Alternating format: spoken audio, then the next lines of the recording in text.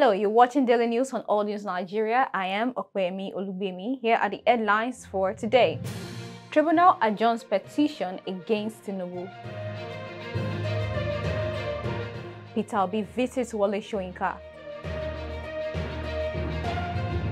Twitter users call out Atiku spokesperson over stunt.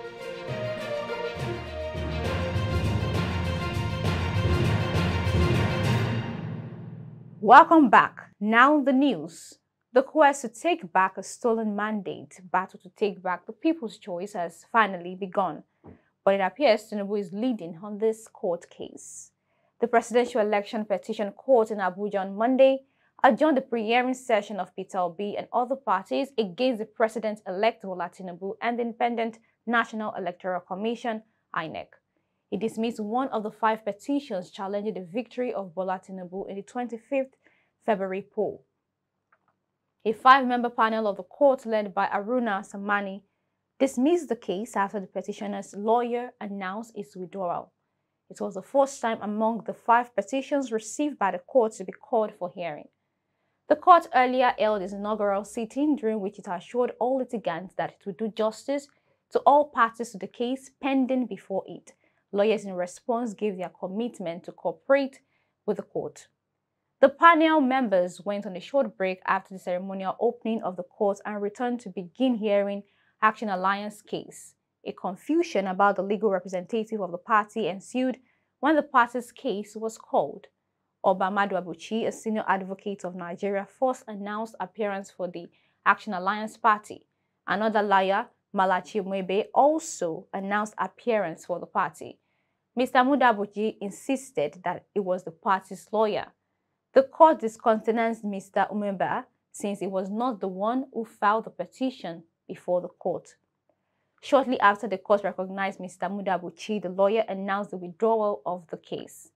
The respondents' lawyers, Wole Olanipekun, representing Mr. Tinubu, and Abubakar Mahmood, representing the Independent National Electoral Commission, INEC, said they had no objection against the application for the withdrawal of the petition.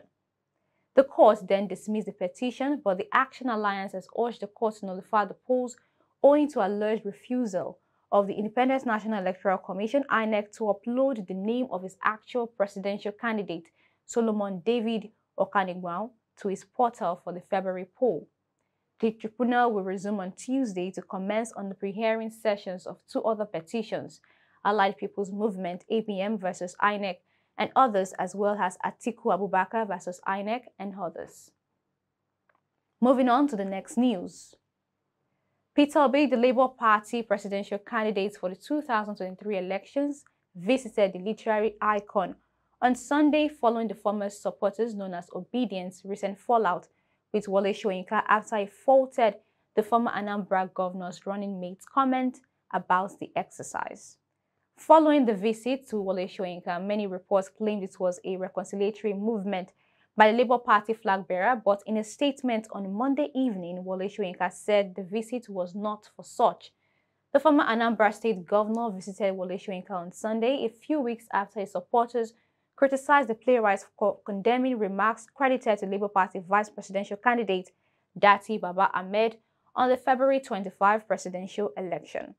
Baba Ahmed had in a television interview urged President Muhammadu Buhari and the Chief Justice of Nigeria, Justice Kayode Ariwoola, to stay away from the May 29 handover ceremony in Abuja following the resentment that trailed the conduct of the election.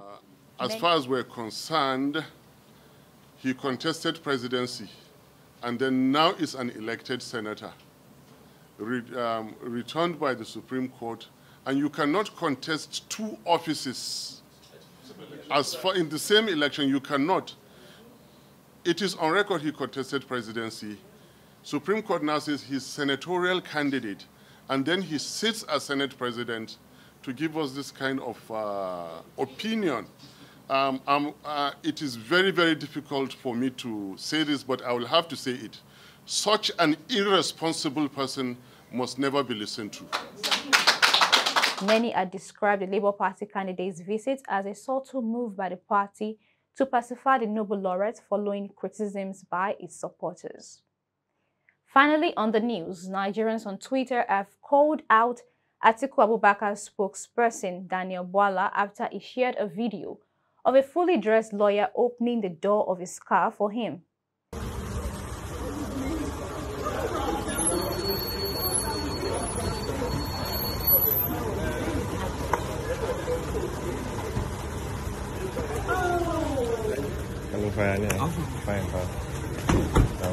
Okay, who said you did? I do. What is that? Bwala on his Twitter handle posted a video of his car arriving at the venue of the Presidential Election Tribunal on Monday morning. A lawyer who came with him alighted from the car and then proceeded to open Bwala's door for him. Many Nigerians found the video disrespectful and took to the comments of the said post to drag Bwala. This is not the first time a government official will pull such a stunt. Recall that in 2022, an open-door challenge went viral after Governor El-Rufai of Kaduna State showed off an aide opening the car door for another colleague who in turn did the same for the governor. After the video went viral in the online community, several social media users created their own version, including some popular skit makers. And that's it on today's news. For more updates, kindly follow us on all social media platforms displayed on the screen. I am Opeyemi Olubemi. Do have a nice day.